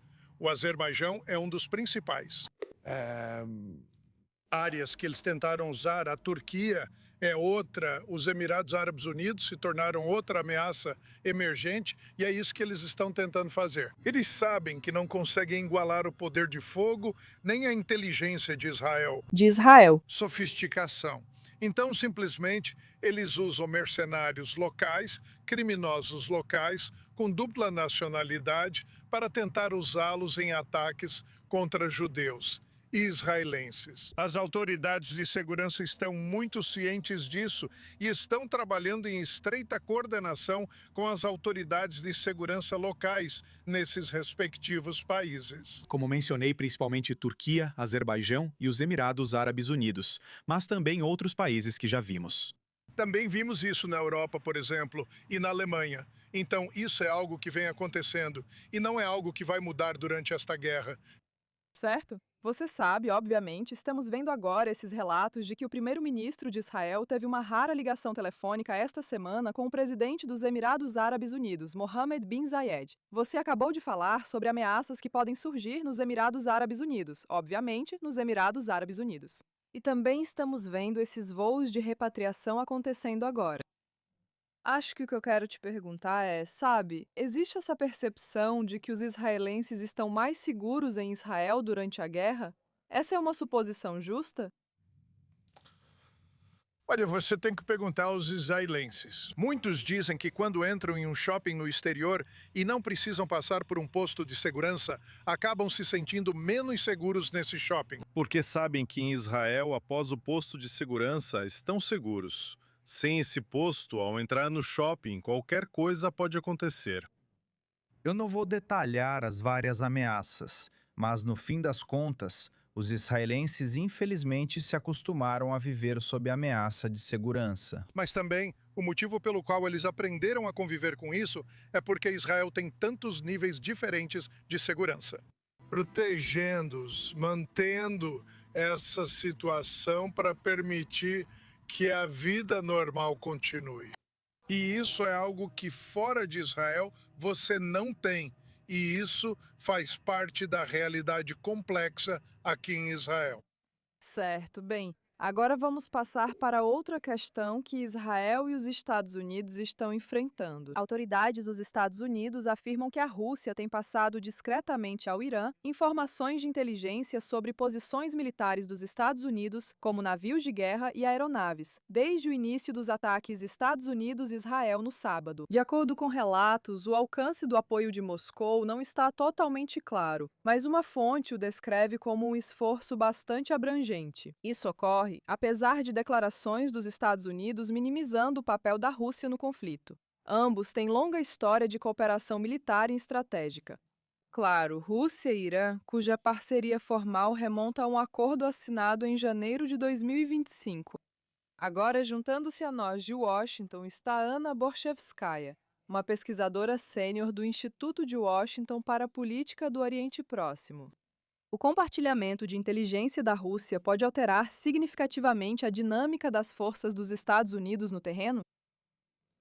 É um prazer estar no seu programa. Eu não sei com quais fontes o Washington Post conversou e certamente ainda há muito que não sabemos, como você mencionou na matéria. Mas eu não conheço ninguém que ache que o compartilhamento de inteligência seja insignificante. E certamente o que estamos vendo acontecer era totalmente previsível.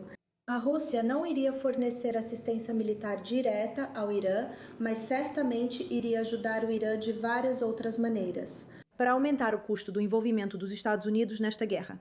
E parece ser exatamente isso que está acontecendo. Certo? Quais riscos isso representa para as operações militares dos Estados Unidos no Oriente Médio se Moscou está coordenando ativamente com Teherã? Bem, novamente há muito que não sabemos, mas o que sabemos é que a Rússia pode fazer muita coisa sem chegar a um conflito direto com os Estados Unidos. Então, por exemplo, uma coisa para ficar de olho é o que os representantes iranianos vão fazer com os Houthis, o Hezbollah e outros. Em termos de proximidade em baixa altitude com as bases dos Estados Unidos na região. Francamente, o compartilhamento de inteligência entre a Rússia e o Irã esses não são necessariamente os primeiros relatos. Já houve outros relatos, então nada disso é particularmente novo. Podemos esperar, potencialmente, que o Irã também seja mais capaz de rastrear alvos dos Estados Unidos. Então, esses são pontos para observarmos nos próximos dias. Esse suposto apoio da Rússia pode causar uma confrontação geopolítica maior ou continuará contido? Como você acha que Trump pode reagir a isso no final das contas? Bem, o que a Rússia não quer é uma confrontação direta com os Estados Unidos. Também não quer começar a Terceira Guerra Mundial. Na verdade, ela quer ver os Estados Unidos gastarem algumas de suas armas mais caras, recuarem, basicamente aumentar o custo em todo o espectro.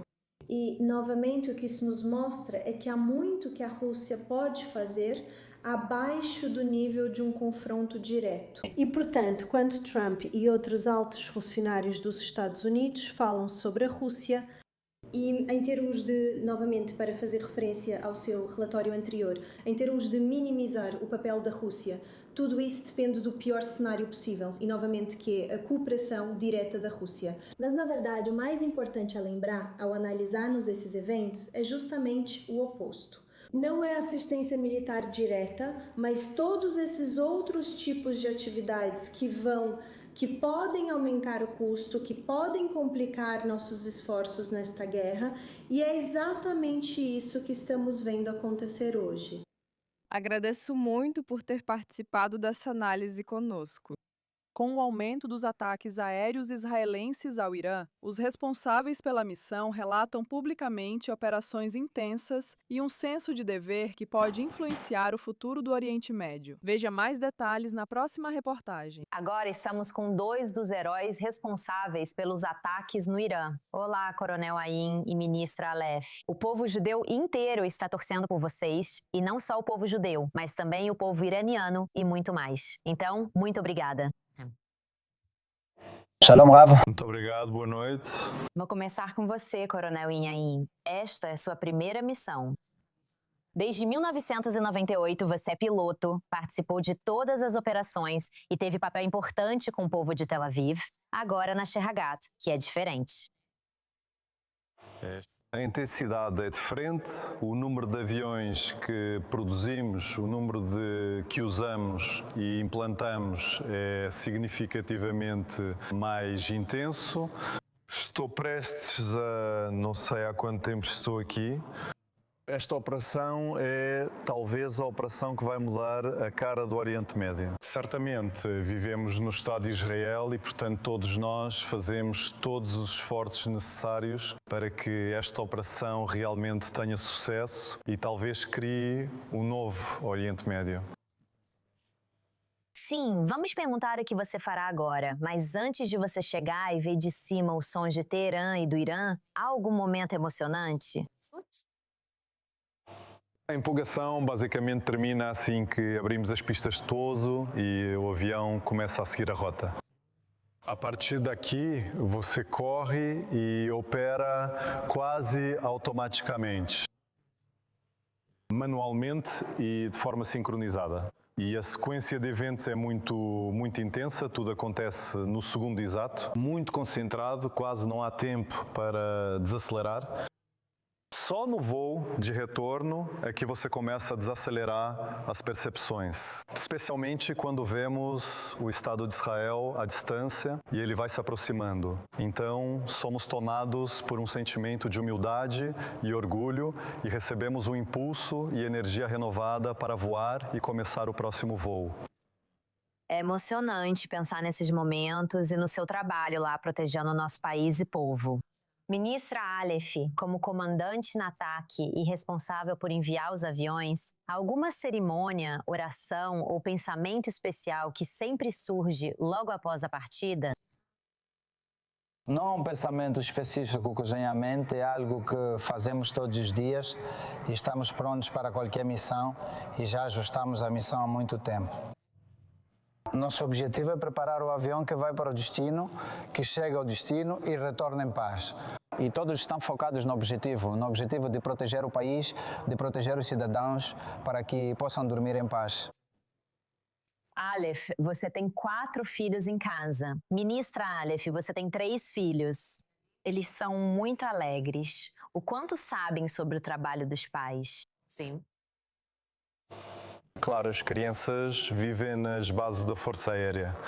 Eles são treinados, eles sabem, eles se importam e comem muito, celebrando com sinais de abraços e beijos.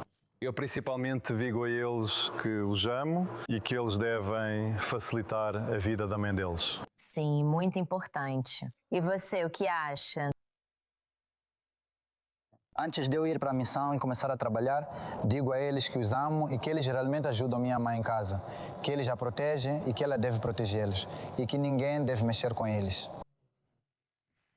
Fico muito feliz em pensar que um de vocês pode passar por mim no caixa do supermercado ou mercearia, mesmo sem eu saber quem é. Agora eu vou te contar. Há algo importante que você quer que o povo de Israel saiba.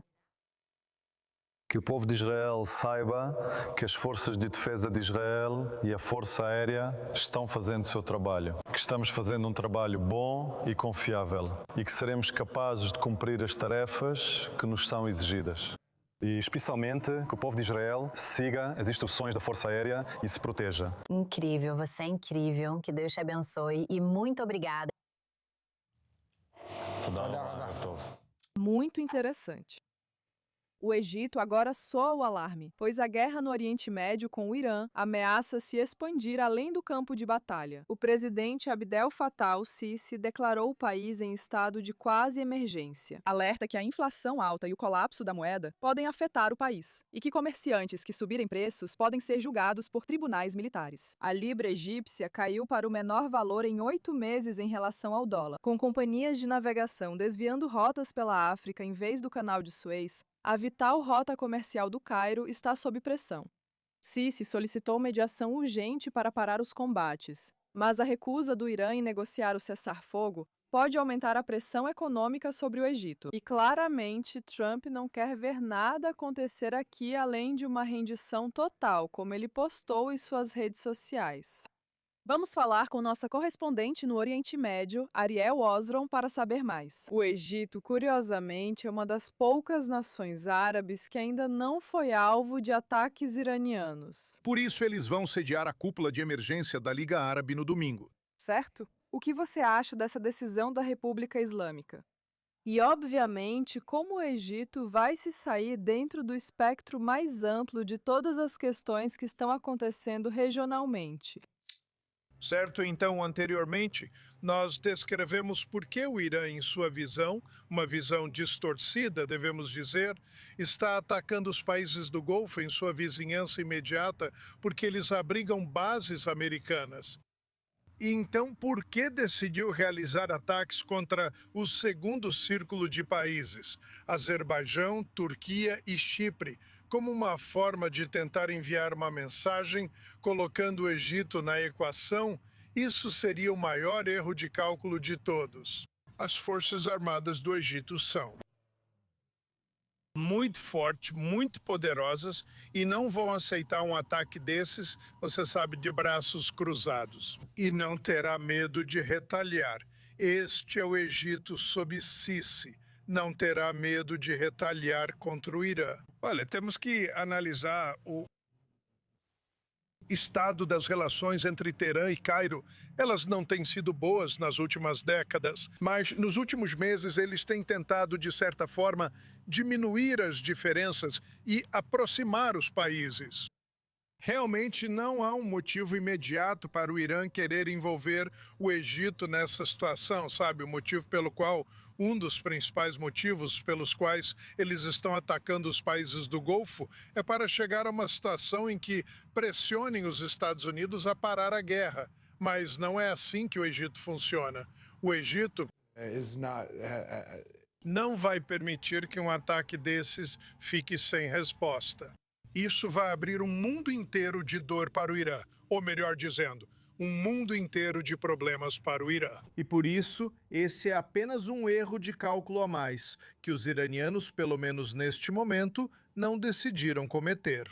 Ariel, obrigada pela análise. Estamos encerrando o programa, só algumas atualizações rápidas. Os Estados Unidos atingiram mais de 3.000 alvos na primeira semana da guerra com o Irã. Segundo militares dos Estados Unidos, os alvos foram centros de comando, sistemas de defesa aérea, locais de mísseis, navios e submarinos da Marinha iraniana. Isso vem do Comando Central dos Estados Unidos. Essa é a atualização mais recente deles. E também acabamos de ver outra onda de ataques iranianos ao Catar. O Catar diz que foi alvo de 10 drones iranianos. Certo, isso é tudo para esta edição de Notícias de Última Hora. Siga nossas redes sociais e confira nossa programação ao vivo em inglês, amanhã às 16 horas. Horário de Israel, 9h no horário padrão do leste dos Estados Unidos. 18 horas, horário de Israel, 11 horas no horário padrão do leste dos Estados Unidos. E nosso especial de 2 horas, às 22 horas, até meia-noite, horário de Israel, das 15h às 16h.